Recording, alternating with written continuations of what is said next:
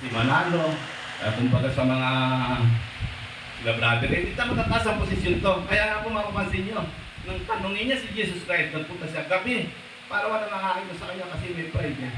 Isa po, isang kampunan ng relihiyon. Lalapit ka sa Panginoon. Ang Panginoon na ang itsura niya, gustusin lang ordinary tao. Hindi naman po siya parang katulad na pagkakakilala natin. Siya po ay isang simpleng tao lang. Tapos, pupurihin mo o luluwalhatiin mo siya, sasabihin mo tama ang ginagawa mo, ikaw ay kung hindi ka galing sa Diyos. Samantalang itong mga sarili ng Hudyo, alam nilang sila lang ang may Diyos. Hindi po ba, no? Napakalaki pong istorya ang nangyari dito, sa totoo lang po, napakalaking istorya. Pero sa pananalita po ng Nicodemo to, sa pag-approach niya sa Panginoon Jesucristo, may sinabi si Jesus. Ito sinabi ni Jesus sa kanya. Sumagot si Jesus at sa kanya sinabi, katotohanan sinasabi ko sa iyo, maliban ang tao ipanganak na muli, hindi siya makakakita ng kaharian ng Diyos. So ito palang oras na to, ito si Nicodemo, bagamat nasa kaibayo, siya po hindi siya followers ni Jesus Christ noon, siya po nananangan siya, sila yung righteous, sila yung talaga yung lingkod ng Diyos, pero na-recognize niya si Jesus Christ.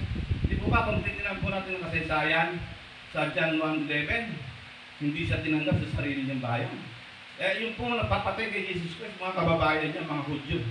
Yung kababayan ni Nicodemo, bakit ito si Nicodemo, na-appreciate niya, na-recognize niya, na-discern niya, nakita niya, at talaga, nakita niya, kinausap si Jesus Christ, nakita niya yung mga ginagawang himala ni Jesus Christ. Kaya sinabi si Jesus Christ sa kanya, maalibang ang tao ipanganak na muli, hindi siya makakakita. So yung panang oras na yun, si Nicodemo, born again na, in process. Nasa lang po siya, pinuproseso na po siya. Ay, nakita na niya. Hindi mo sabi ng Panginoon, kung hindi mo makikita ang aking kaharian, ang mga gawa ko, kung hindi ka pinanganakan muli. Kaya ito si Nicodemo po, kung titignan po natin ka sa mga encounter po na, sumagot ulit si Nicodemo.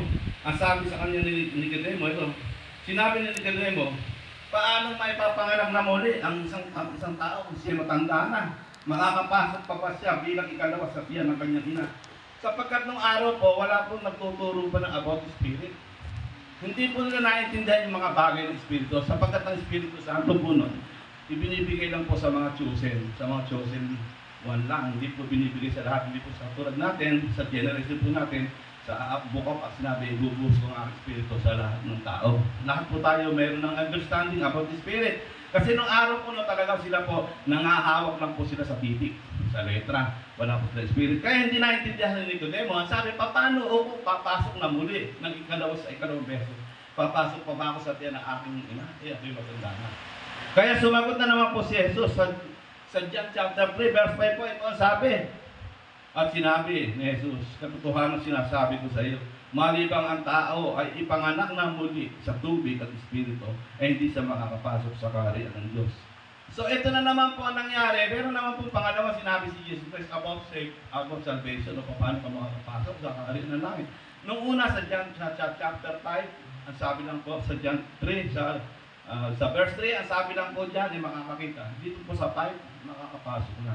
Kasi po ang ginagamit pong keywords ni Nicodemo ay makakapasok. Paano ko makakapasok? Kanya po ang Panginoon Kung ano sabihin mo sa kanya, yun ang magiging keyword niya. Doon ka rin niya aabutin. Kaya lalong maintindihan mo.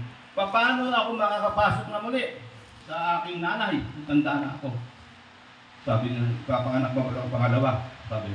At sabi ni Jesus Christ, sagot na naman sa kanya, sumagot sabi siya, ang ipinanganak ng laman ay laman nga, at ang ipinanganak ng Espiritu ay Espiritu nga. Doon niya sinabi parang spiritual meaning.